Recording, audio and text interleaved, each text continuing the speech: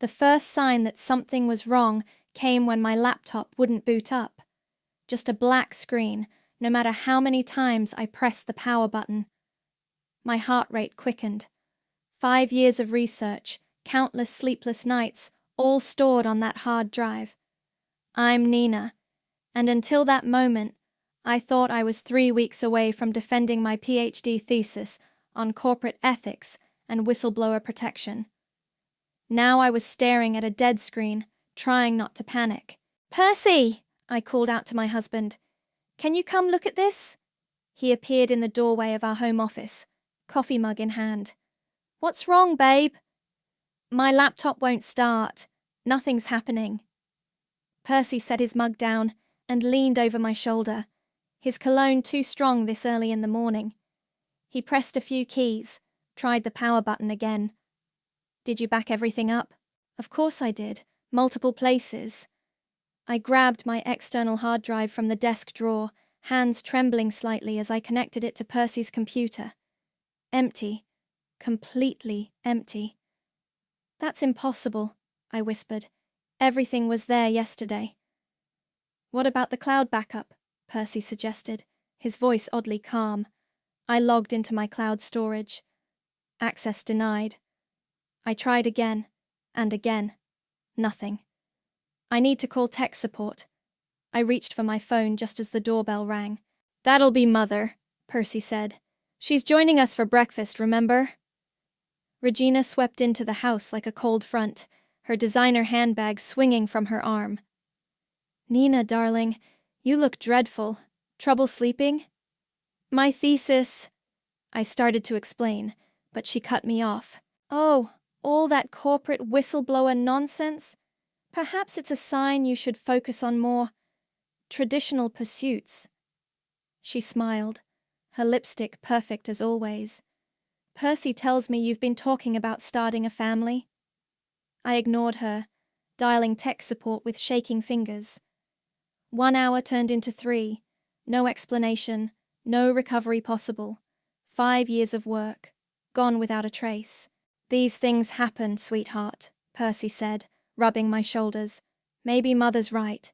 Maybe it's time to consider other options." I barely heard him. My mind was racing through every backup, every safety measure I'd put in place. None of this made sense. That evening, I sat in the dark office, staring at my useless laptop. Percy and Regina's voices drifted up from the kitchen below, where they thought I couldn't hear them. "She'll get over it," Regina was saying. "It's better this way. That research could have caused problems for the foundation. We've nipped her ambition in the bud, just like we discussed." Percy's response was softer, but clear enough. "I know, Mother. You were right, as always." The world stopped spinning for a moment.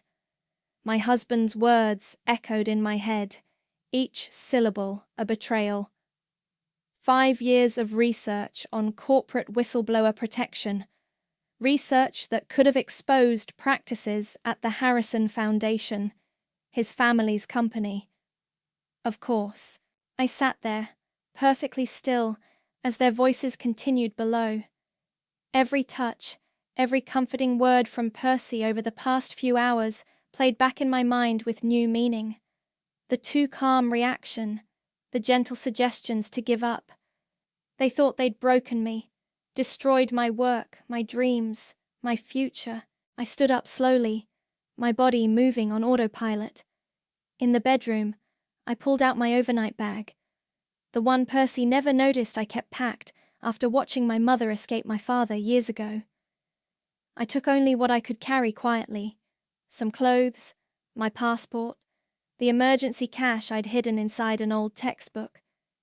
In the kitchen, their voices continued, discussing my future as if it belonged to them.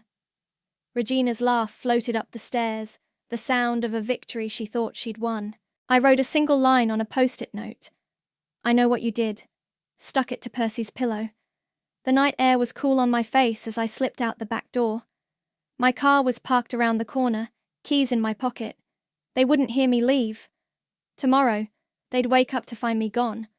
Percy would probably call my friends, my department, maybe even the police. But I'd learned enough about disappearing from my research. I knew how to vanish, how to rebuild, how to wait. They thought they'd destroyed my work on corporate whistleblowers and ethics. Instead, they'd given me the perfect case study. I just needed time to build it. I started the car, my hands steady now. In the rearview mirror, our house, Percy's house, grew smaller and darker. I didn't look back again. They wanted to nip my ambition in the bud. They should have remembered that some plants grow stronger when cut. 3 months after disappearing, I sat in a cramped office at Metropolitan University, staring at a stack of research assistant applications. My new boss, Dr. Fatima Rodriguez, tapped her pen against her desk. "Your credentials are almost too good," she said, studying my carefully edited CV. "Why would someone with your publication record want an entry-level position?" I'd practiced this answer. Personal reasons required a fresh start. I'm rebuilding from scratch. Fatima leaned back, her dark eyes sharp. "And the gap in your employment history?" "Family emergency. Not technically a lie. I had to step away from academia temporarily." She nodded slowly. "Your reference from Dr. Martinez is glowing. But..."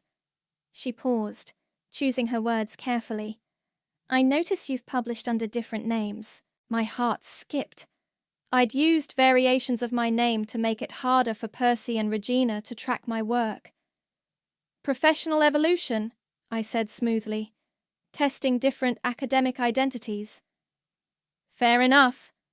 Fatima stood up, extending her hand. "Welcome aboard, Nina."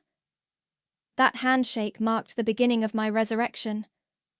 Over the next few months, I threw myself into work, helping Fatima with her research, while secretly rebuilding my own thesis from memory. One evening, as we were reviewing data, Fatima broke our comfortable silence.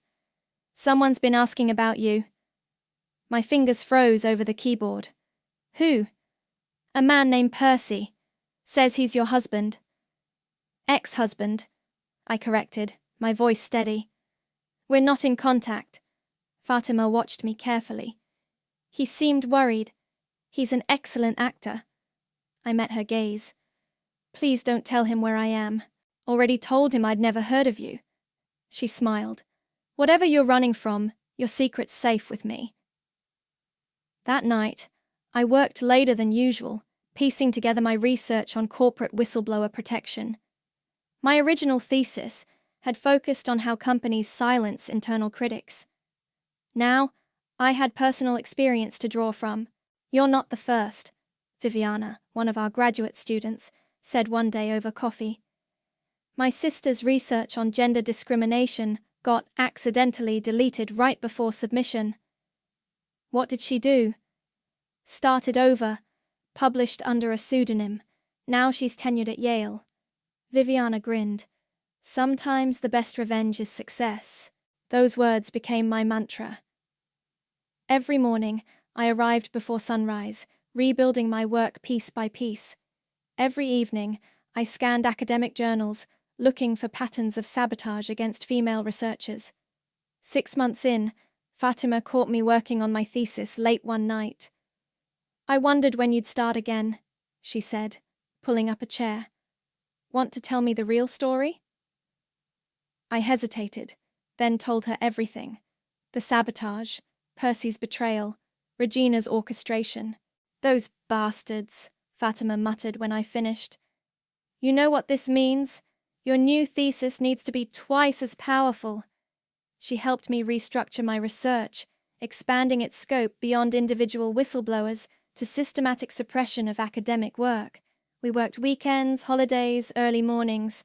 "Your ex-husband's family foundation keeps coming up in my research," Fatima said one day, showing me a series of news articles. Multiple cases of suspicious project cancellations, all targeting women researchers. "Add it to the case studies," I said, my voice cold. "But don't use my name." A year after starting over, I submitted my new thesis under the name N.R. Richardson. 2 months later, it passed peer review with distinction. Congratulations, Dr. Richardson, Fatima said, handing me the acceptance letter. Ready to shake up the academic world? I smiled, thinking of Regina's face when she dismissed my corporate whistleblower nonsense. The funny thing is, I told Fatima, they thought they were protecting their family's reputation. Instead, they gave me the perfect case study in corporate corruption. What now? Now? I looked at the growing pile of interview requests from ethics journals. Now we build something they can't delete. That evening, I received an email from an anonymous employee at the Harrison Foundation seeking consultation on internal ethical concerns. They had no idea who I was. They'd found my work through academic channels. I stared at the email for a long time, thinking about karma and timing. Then I typed a simple response. I'd be happy to help. Let's schedule a meeting. Fatima found me still at my desk, smiling at the screen. Good news? She asked. The best kind, I replied. The kind that takes patience. She squeezed my shoulder. Whatever you're planning, I want front row seats. I closed my laptop, thinking of Regina's smug smile, Percy's weak excuses. They thought they'd silenced me. Instead, they'd given me a voice that would echo through every corporate boardroom in the country. Trust me, I said. The show's just beginning. Dr. Richardson, your next interview is here. My assistant's voice crackled through the intercom. 2 years had transformed me from a research assistant to a sought-after expert with my own consulting firm. Send them in, I replied, adjusting my blazer. The door opened, and a young woman entered, clutching a laptop to her chest. I'm Viviana, she said, glancing nervously over her shoulder. From the Harrison Foundation. My pulse quickened, but my face remained neutral. Please sit. Tell me what brings you here. She opened her laptop, hands shaking slightly. I've been documenting irregularities, financial decisions that don't add up, projects suddenly cancelled without explanation. And all led by women? I asked quietly. Viviana's eyes widened. How did you know? Pattern recognition. It's what I do. I leaned forward. Show me. For the next hour, she walked me through spreadsheets, emails, and meeting minutes. Regina's fingerprints were all over them, the same tactical destruction she'd used on me, repeated dozens of times. The board's calling an emergency meeting next week, Viviana said. They're bringing in outside consultants, but Mrs. Harrison, she has ways of making problems disappear. I smiled. Not this time. Later that day, Fatima burst into my office waving a financial magazine. Have you seen this? Harrison Foundation under investigation. Ethics expert N.R. Richardson to lead internal audit. The press works fast, I said, taking the magazine. Are you ready for this? To face them? I traced my finger over the headline. I've been ready for 2 years. The next week, I stood in the Harrison Foundation's lobby, surrounded by marble and old money. My heels clicked against the floor as I approached the reception desk. Dr. Richardson for the board meeting. The boardroom was all dark wood and leather chairs. Board members filed in, followed by their legal team. I arranged my papers, waiting. At exactly 9 Saug, the door opened again. Percy entered first, his face lined with worry. Then Regina, her silver hair perfectly coiffed, radiating authority. They took their seats without looking at me. Let's begin, the board chairman Eric announced. Dr. Richardson, please share your preliminary findings. I stood, clicking to my first slide. The Harrison Foundation shows a systematic pattern of project termination and fund reallocation, specifically targeting female-led initiatives. Regina's head snapped up. I continued, my voice steady. Over the past 5 years, 23 projects were cancelled without cause, all led by women, all showing promising results before sudden technical failures or data loss. Percy shifted uncomfortably. I advanced to the next slide. Most recently, the Foundation cancelled Dr. Sarah Palmer's medical research, citing server crashes. Dr. Emma Wright's environmental study, all backups mysteriously corrupted. Professor Helen Torres's economic analysis, data irretrievably lost. This is circumstantial, Regina interrupted, her voice sharp. You can't prove. Actually, I said, meeting her eyes for the first time, I can. Because you used the same method to destroy my PhD thesis 2 years ago. The room went silent. Percy's face drained of colour. Regina's perfectly manicured hands gripped the table. I don't know what you're talking about, she said coldly. Nina? Percy whispered. I ignored him, addressing the board. The Foundation's ethical breaches extend beyond project cancellation. I have evidence of systematic discrimination, fund misappropriation, and deliberate sabotage. This is absurd, Regina snapped. Who are you really? I smiled, the same smile she'd given me the morning my laptop died. I'm the whistleblower you failed to silence, the researcher you couldn't erase, and now I'm the consultant who will decide the Foundation's fate. Eric cleared his throat. Dr. Richardson's reputation in corporate ethics is unimpeachable. If she has evidence, she's Percy's ex-wife. Regina stood, her chair scraping back. This is a personal vendetta. My relationship to your family is irrelevant, I said calmly. The evidence speaks for itself. Shall we continue with the presentation? Percy started to speak, but I cut him off. Save it for the deposition. The board meeting lasted 3 more hours. I presented document after document, each one a nail in Regina's coffin. When I finished, Eric called for an immediate executive session. As security escorted Regina and Percy out, she turned to me. You'll regret this. No, I said softly. I won't. Later that night, Fatima called. I just saw the news. Harrison Foundation faces ethics investigation. How did it feel? I looked out my office window at the city lights. Like watching a house of cards start to fall. And Percy looked exactly like someone watching his world crumble. I paused, just like I did 2 years ago. Karma's a beautiful thing, Fatima said. I thought of the documents still in my briefcase, the ones I hadn't shown yet. Oh, this isn't karma, I replied. This is just the beginning. The emergency board meeting was scheduled for 8 a.m. sharp. I arrived early, settling into my seat as dawn broke over the city skyline. One by one, board members filed in, their faces grim. Eric, the chairman, cleared his throat. Before we begin, Mrs. Harrison has requested to address the board. Objection noted, I said coolly, arranging my papers. But as lead investigator, I need to present my findings first. The door burst open. Regina swept in, Percy and his brother Trent trailing behind her like ducklings. She stopped dead when she saw me, her perfectly composed facade cracking for just a moment. Have we met before? She asked, her voice sharp with suspicion. I smiled, the same practiced smile she'd given me countless times at family dinners. No, but you will remember me soon. Percy grabbed the back of a chair, his knuckles white. Trent looked between us, confusion evident on his face.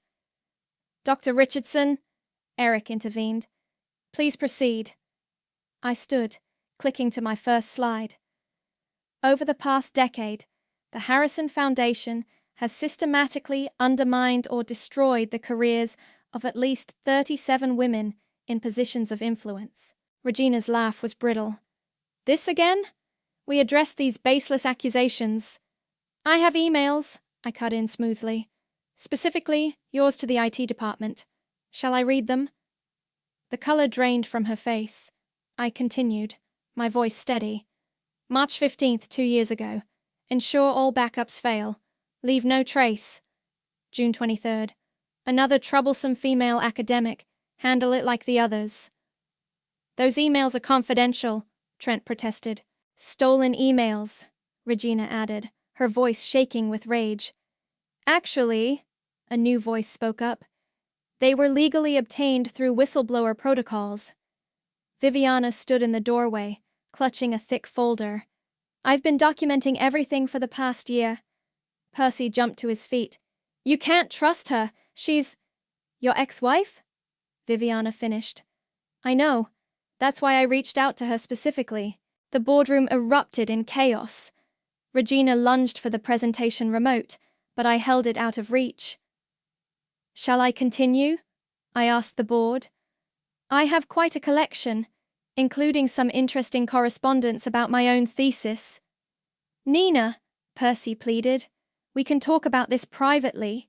I turned to him, letting him see the full weight of my contempt.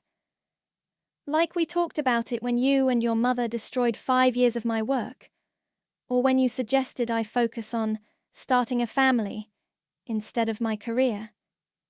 I was trying to protect you, he stammered. No, I corrected him. You were protecting her. I gestured to Regina, who had sunk into her chair, her perfect posture finally breaking. And now you can both watch everything you built crumble, just like I did. Eric raised his hands for silence. Dr. Richardson, what are your recommendations? I clicked to my final slide. Complete restructuring, new board oversight, full transparency audits, and… I paused, savoring the moment. Regina's immediate resignation. You can't do this, Regina whispered. I already have. I turned to the board. You have 24 hours to accept these terms, or I take my evidence to the press. Trent stood up. This is a family matter. We should discuss this privately. That's exactly the problem, I replied. This foundation stopped being a family matter the moment it started destroying careers to protect your fragile male egos. Nina, Percy tried again. I held up my hand. Dr. Richardson, I corrected him. And I'm not finished. Viviana, please distribute the full reports. She moved around the table, handing out thick folders. Regina's hands shook as she opened hers. Page 3 is particularly interesting, I noted. The pattern of targeting women who might overshadow your sons, the systematic destruction of research that could expose Foundation misconduct. Mother? Trent's voice cracked as he read. Is this true? Regina's silence was answer enough. The board will recess for 1 hour, Eric announced. Dr. Richardson, please wait in my office. As I gathered my materials, Regina finally found her voice. You've been planning this for 2 years. No, I replied, meeting her eyes. I've been building something you couldn't destroy. The revenge was just a bonus. In Eric's office, Fatima was waiting. How did it go? I sank into a chair, finally letting my hands shake. Exactly as planned. And Percy? Looked exactly like someone watching their mother's kingdom fall. I smiled. Turns out karma doesn't need our help. It just needs good documentation. Through the window, I could see Regina and Percy in heated discussion on the street below. Their gestures were wild, desperate. For the first time in 2 years, I felt something close to peace.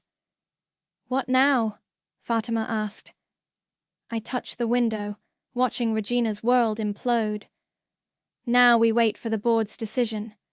But really, they only have one choice. Karma's a patient teacher, Fatima mused. Yes, I agreed, and I was an excellent student. The Foundation's offices buzzed with nervous energy as I conducted my audit. Employees whispered in corners, falling silent when I passed. My temporary office, once Regina's private conference room, still held traces of her expensive perfume. Viviana knocked and entered, carrying a stack of files. You need to see these, she said, spreading documents across the desk. Regina didn't just target academics. She systematically removed any woman who showed leadership potential within the Foundation. I picked up a personnel file. Sarah from accounting?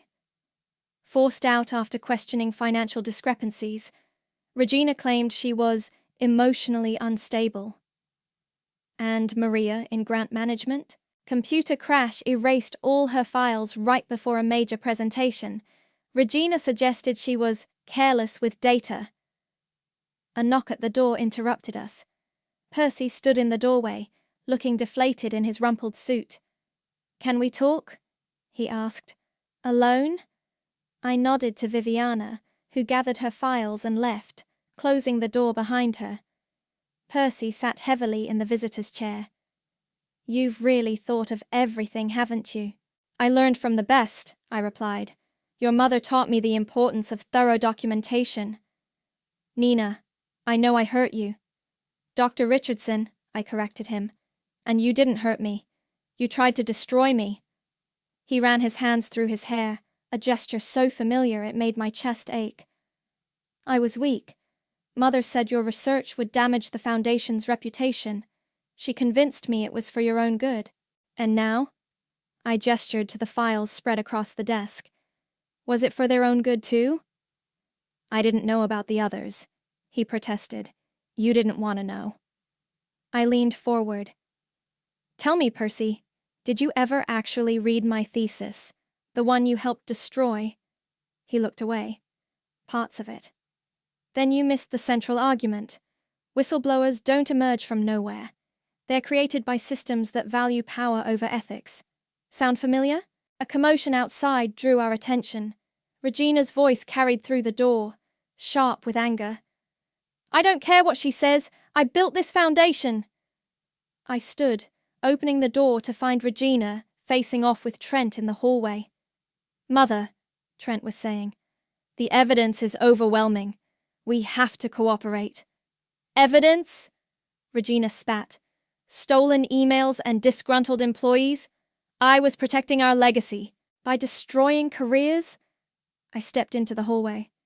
"By targeting women who threatened your son's fragile superiority?" Regina whirled to face me. "You have no idea what it takes to protect a family's reputation in this world."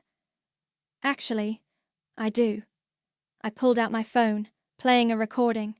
Regina's voice filled the hallway. "Make sure nothing remains. No backups, no traces. That ambitious little wife of Percy's needs to learn her place." The color drained from her face. "Where did you get that?" "Your own security system. Turns out your IT department keeps excellent records when properly motivated." Trent grabbed Regina's arm as she swayed. "Mother, enough. It's over." "It's not over," she hissed. "I still have friends on the board." "Had," I corrected her. "Before I showed them the offshore accounts." Percy stepped forward. "What offshore accounts?" I turned to him. "The ones your mother used to hide Foundation money. Did you really think I'd stop at just the ethics violations?" Regina's composure finally cracked. "You vindictive little—" "Careful," I cut her off. "Everything in this building is still being recorded." Trent pulled out his phone, checking a message. "The board's made their decision. They're calling us in." As we walked to the boardroom, I felt Regina's eyes boring into my back. 2 years ago, I'd fled this building in tears. Now I walked its halls with purpose, my heels clicking against marble like a countdown. Eric waited at the head of the conference table, his face grave. "Mrs. Harrison, in light of the evidence presented, the board has voted unanimously. You are to resign, effective immediately." "And if I refuse?" Regina's voice shook. "Then Dr. Richardson releases everything to the press." Eric slid a document across the table. "Your resignation letter is already prepared." Regina stared at the paper, her perfectly manicured hands trembling. "This is my foundation."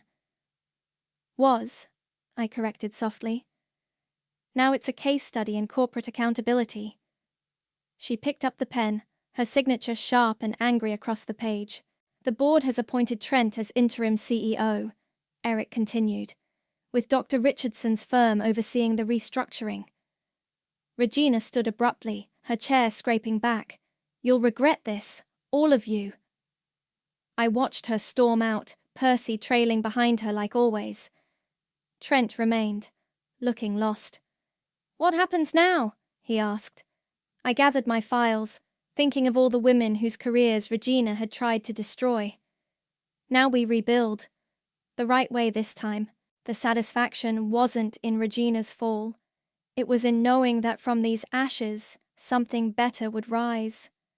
The media circus outside the Harrison Foundation grew larger each day.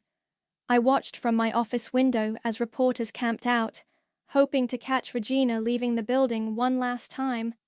"Dr. Richardson," Viviana appeared at my door. "The restructuring committee is ready." The conference room was packed with board members, executives, and legal counsel.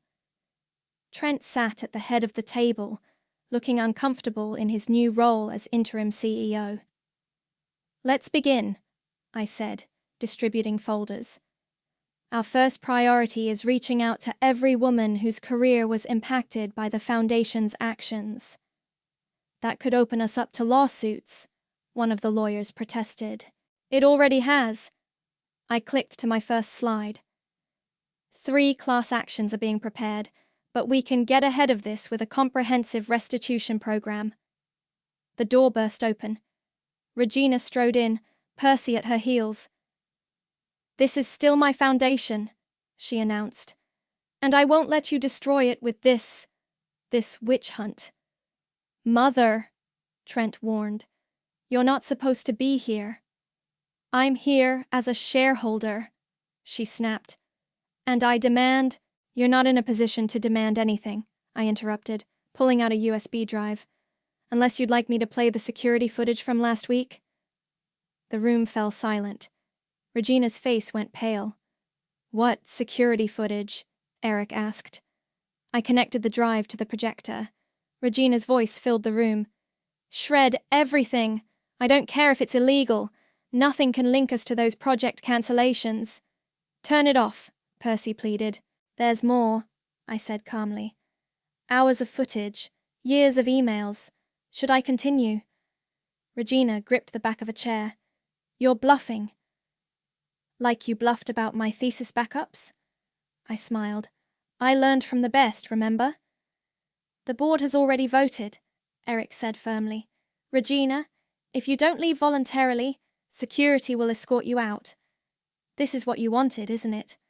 Regina turned to me, her voice cracking. "To humiliate me." "No." I stood, facing her directly. "I wanted justice, not just for me, but for every woman you tried to destroy. The humiliation is just a bonus." Percy stepped forward. "Nina, please, there must be some way to—" "To what?" I cut him off. "To protect her again? That's all you've ever done, Percy. Protected her right to hurt people." Trent cleared his throat. "Security is on their way." Regina straightened her spine, smoothing her jacket. "You think you've won? This foundation will collapse without me." "Actually," Viviana spoke up, "our preliminary audit shows the foundation's reputation has already improved since your resignation." 2 security guards appeared in the doorway. "Mrs. Harrison," one said quietly, "please come with us." Regina's exit was everything I'd imagined and nothing I'd expected. She walked out with her head high, but her hands shook. Percy followed her to the elevator, then turned back. "Can we talk?" he asked. "Just 5 minutes." I glanced at my watch. "You have 3. When the room cleared, he sat heavily across from me. "I've been a coward." "Yes." "I should have protected you." "Yes." "I'm sorry." I looked at him. Really looked at him. The man I'd loved, who'd chosen his mother's approval over his wife's dreams. "Sorry doesn't rebuild careers, Percy. Sorry doesn't give back lost years." "What can I do?" he asked. "Step down," I said simply. "Let Trent lead the restructuring. Go find out who you are without your mother's influence." His face crumpled. "And us?" "There is no us. There hasn't been since the morning you watched me cry over my destroyed thesis and pretended to care. A knock at the door saved him from responding. Fatima entered, carrying a newspaper. "You're going to want to see this," she said, spreading it on the table. The headline read, "Harrison Foundation Whistleblower Revealed. Former family member exposes years of corruption." "They found out who you are," Percy whispered. I picked up the paper, scanning the article. "No," I said. "Viviana leaked it, with my permission." "Why?" "Because hiding implies shame." I stood, gathering my files. "And I'm not ashamed of surviving what your family tried to do to me." Percy stayed seated, looking lost. "What happens now?" "Now?" I walked to the door. "Now I do what I always wanted to do, protect whistleblowers and expose corruption. Your mother just gave me the perfect case study." As I left him there, I felt lighter. The revenge I'd planned for 2 years was complete, but it wasn't the victory that satisfied me. It was the knowledge that somewhere a woman was reading this story and realizing she wasn't alone. That sometimes the best revenge isn't destruction, it's reconstruction. The morning of Regina's public resignation, the press packed the Foundation's lobby like sardines. I stood at the back, watching through the sea of cameras as she approached the podium. "After careful consideration," she read from her prepared statement, "I am stepping down as director of the Harrison Foundation." Camera shutters clicked rapidly. Regina's hands trembled slightly, but her voice remained steady. "My successor, Trent, will oversee the Foundation's new direction, focusing on transparency and ethical leadership." A reporter shouted from the crowd, "Mrs. Harrison, what about the allegations of systematic discrimination?" Regina's mask slipped for just a moment. Her eyes found mine in the crowd, and I saw raw hatred there. "No questions at this time," the PR representative interrupted. As Regina turned to leave, another voice rang out. "Dr. Richardson, is it true you were once married to Percy Harrison?" The room froze. Regina stopped mid-stride. Every camera swiveled toward me. Before I could respond, Fatima appeared at my elbow. "Dr. Richardson will be conducting a separate press conference this afternoon." We slipped through a side door as the reporters erupted with questions. In the quiet of the emergency stairwell, Fatima grabbed my arm. "Are you ready for this? Once you go public, everything changes." "It already has." I checked my phone. 3 missed calls from Percy, a text from Trent asking to meet. Up in my office, Viviana waited with a stack of newspapers. "You're trending on social media. Women are coming forward with their own stories of corporate sabotage." "Good." I sat at my desk, opening my laptop. "That's exactly what we wanted." "Nina." Percy stood in the doorway, looking haggard. "Mother's threatening to sue for defamation." "Let her," I replied, not looking up. "Truth is an absolute defense." "She's not well. This has broken her." "No." I finally met his eyes. "This has exposed her. There's a difference." My phone buzzed. A message from an international ethics consortium. They wanted me to lead their corporate accountability division. "You're leaving?" Percy asked, reading over my shoulder. "The Foundation isn't the only organization that needs cleaning up." I showed him the offer. "They want me to develop global whistleblower protection protocols." "Based on what happened here?" "Based on what happens everywhere." I stood, gathering my coat. "The press conference starts in an hour." "What will you say?" "The truth. All of it." The Foundation's press room was standing room only. I took my place at the podium, cameras flashing like lightning. "My name is Dr. Nina Richardson. 2 years ago, my doctoral thesis on corporate whistleblower protection was deliberately destroyed by Regina Harrison and her son Percy, my then husband." The room erupted. In the back, I saw Regina push through the door, her face white with fury. That destruction led me to discover a pattern of similar actions against women throughout the Foundation's history. Today, I'm announcing the creation of the Corporate Accountability Project, funded by the restructured Harrison Foundation. "This is absurd!" Regina's voice cut through the chaos. "She's lying." "Actually," Trent stepped forward from the side of the room, "we have proof of everything. Mother, please sit down." "You too?" she whispered. "My own son?" "Yes," he said firmly, "because you taught us loyalty to family, but not to truth." A reporter raised her hand. "Dr. Richardson, what would you say to other women facing similar situations?" I looked directly into the nearest camera. "Document everything. Build quietly. And remember, sometimes the people trying to break you are actually making you stronger." "And to Regina Harrison," another called out. I smiled, thinking of that morning 2 years ago when I'd lost everything. "Thank you for the case study." The press conference lasted another hour. When it finally ended, Fatima found me in my office, packing up my things. "The consortium wants you to start next month," she said. "In Geneva." "Perfect timing." I closed my laptop for the last time. "The Foundation's in good hands with Trent and Viviana. And Regina. Last I heard, she's retreated to her summer house. Percy's with her, of course." Fatima smiled. "Some people never change." "No," I agreed, "but some of us do." As we left the building, a final reporter caught up with us. "Dr. Richardson, one last question. Was this about revenge?" I thought about Regina's face as her empire crumbled, about Percy's weak apologies, about all the women who'd lost their dreams to protect the Harrison legacy. "No," I said finally. "This was about justice. Revenge is what small people do. Justice is what changes the world." The evening news would lead with Regina's resignation, but the real story was in the hundreds of emails flooding my inbox, women sharing their stories, asking for help, ready to fight back. I'd gone from being a victim to becoming a symbol.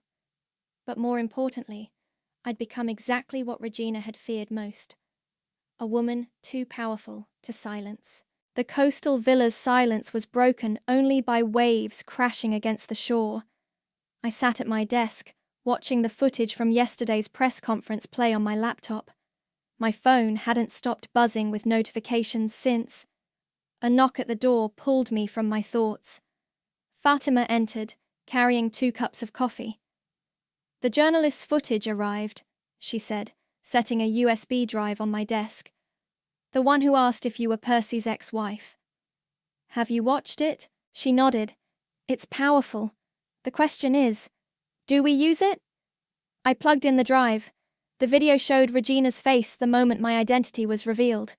The mask cracking, the raw hatred emerging. Then Percy, looking lost and small. Finally me, standing calm in the chaos. "The consortium called again," Fatima continued. "They want to know if you'll make a statement about your personal connection to the case. Send them this." I pulled out an envelope, sealed with the university's logo. Inside was my reinstated dissertation, the one Regina had tried to destroy, now published and acclaimed. My phone buzzed. A text from Viviana. "Regina's trying to call an emergency shareholder meeting. Trent shut it down." "She never learns," Fatima mused, reading over my shoulder. "No," I agreed, "but others will." Another buzz. This time from Percy. "Can we talk? One last time?" I stepped onto the villa's balcony, the sea breeze carrying away the lingering weight of the past 2 years. Dialed his number. "Nina?" His voice was rough, tired. "What do you want, Percy?" "Mother's not well. The doctors say it's the stress." "Stop." I cut him off. "You're still trying to make me responsible for her choices." Silence stretched between us. "You're right," he finally said. I keep thinking about that morning, when your laptop wouldn't start. I could have stopped her. Yes, I agreed. You could have. The foundation board wants me to resign too. Good. Is that what you wanted? To destroy us completely? I watched a seabird dive into the waves, emerge triumphant with its prey. No, Percy. I wanted to build something stronger than your mother's fear. Something that would help others survive what we did to them. We? Yes, we. You weren't just a bystander. You chose your side. More silence. The funny thing about revenge, I continued, is that it doesn't feel like I thought it would. I'm not celebrating Regina's fall or your resignation. I'm celebrating every woman who's contacted me saying she finally feels brave enough to speak up. You've changed, he said softly. No, I've become who I always was. Your mother just helped me realize it. After hanging up, I returned to my desk, opened my laptop to the blank document I'd been avoiding. Dear Ethics Review Board, I typed. I'm writing to accept the position of Global Director of Whistleblower Protection, with one condition. The first case must be a full investigation of the Harrison Foundation's historical practices. Fatima read over my shoulder. That's going to open a lot of old wounds. Good, I replied. Some wounds need to be opened to heal properly. My phone buzzed one final time. A message from Trent. Board approved the new Whistleblower Protection Program. We're naming it after you. I smiled, thinking of Regina reading that announcement. What now? Fatima asked. I walked to the balcony again, watching the sun set over the ocean. Now we do what I should have done 2 years ago. We help others fight back. Properly, legally, and publicly. And Regina gets to live with knowing that every time someone stands up to corporate bullying, they'll use the program that bears my name. Every time a whistleblower succeeds, they'll remember how her actions built this. Poetic justice, Fatima said. No, I corrected her. Just justice. I returned to my desk, picked up my original thesis, the one Regina had tried to destroy, opened to the dedication page and wrote, To every woman who was told to be quiet, stay small, know her place. Your voice matters. Your work matters. And no one can delete your worth. Signed it simply. Dr. Nina Richardson. Tomorrow, I'd send copies to every university library in the country. Let Regina try to destroy that.